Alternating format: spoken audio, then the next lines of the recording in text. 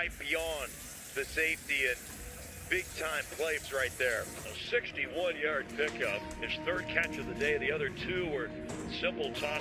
Came in here with 4 touchdown catches, we mentioned. Tied for the NFL lead from... Well, it's one of the things that happens to you when you run the ball on first down. It's a great day for football in the Pacific Northwest. The stands are rocking, the lights are on, and this place is electric. Has it. Touchdown Hawks.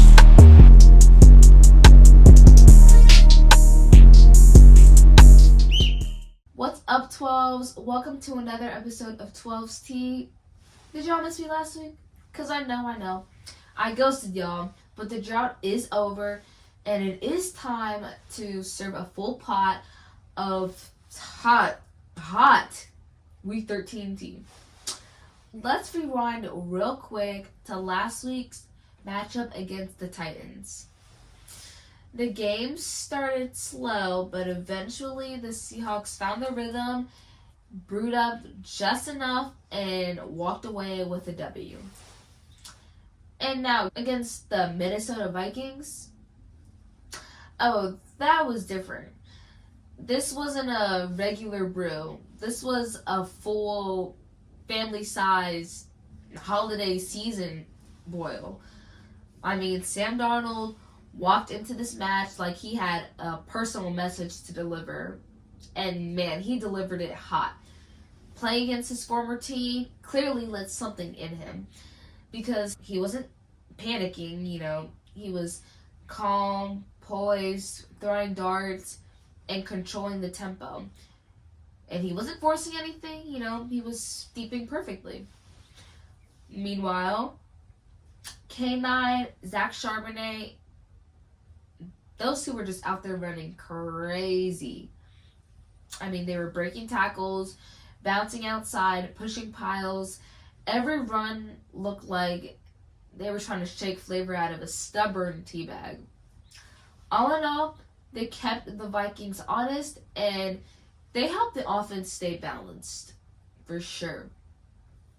Jay said, as always, he's growing into something special. I mean, his routes were crisp, he found space, he made tough catches. It just looks like the guy that you need to throw the ball to when you need a play or you need a first down. Every week he gets richer, smoother, and stronger. Now the rest of the offense in general, they stepped up when it mattered.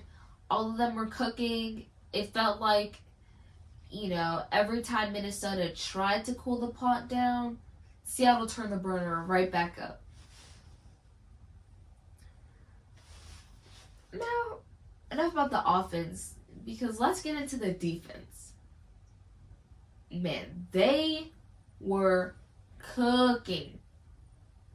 Ernest Jones, DeMarcus Lawrence, Drake Thomas, Big Cat, Byron Murphy, everybody were all working hard, working together, doing their thing. The pass rush was living in Minnesota's backfield. The linebackers were flying, hitting, closing space, and the secondary locked in. No big plays, tight coverage, smart positioning. Minnesota kept trying to stir up something downfield, but the Seattle's defense,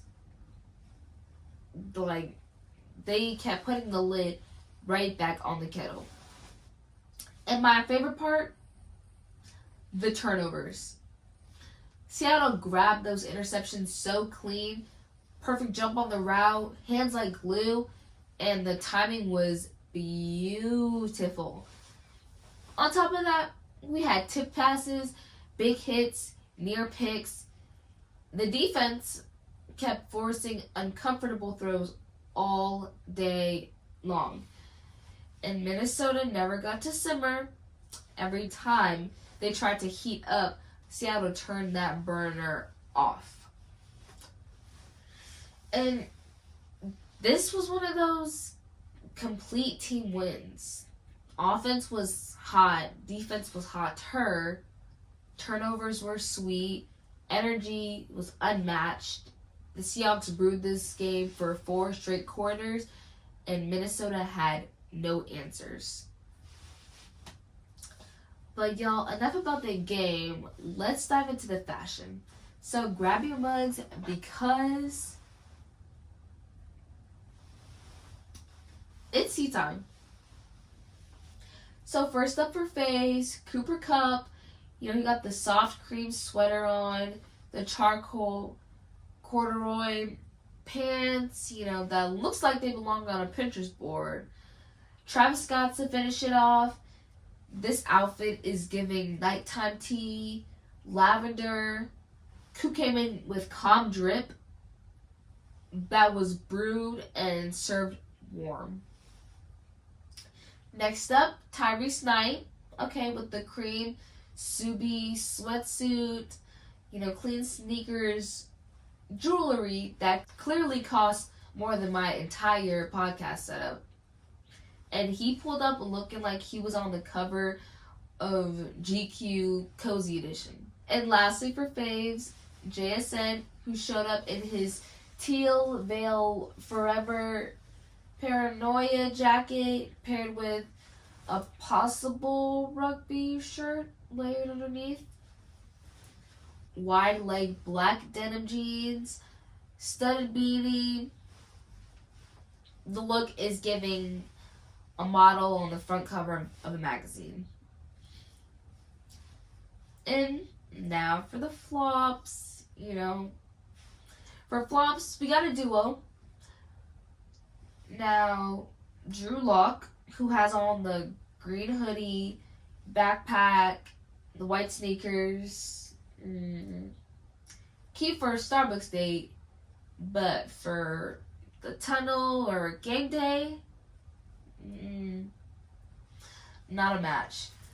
Sam Darnold, he has on the gray long sleeve, olive joggers, a backpack as well, and a cup of coffee that makes him look like an assistant teacher. And lastly for flops, Gray Zabel. Okay, so he kept it basic, you know, black tee and a black backpack, light blue jeans, camo hat, and some gray Jordans. The Jordans are a nice touch, I will admit that for sure, but it's given, I gotta run to the hardware store real quick. And that, my friends, concludes this week's fashion faves and fashion flops. But 12s, that is it for today's episode. The kettle is empty, but you know, we gotta refill it next week. So don't forget to subscribe and follow all my socials. Comment your favorite outfits. Remember to keep sipping, stay loud, and as always, pinkies up.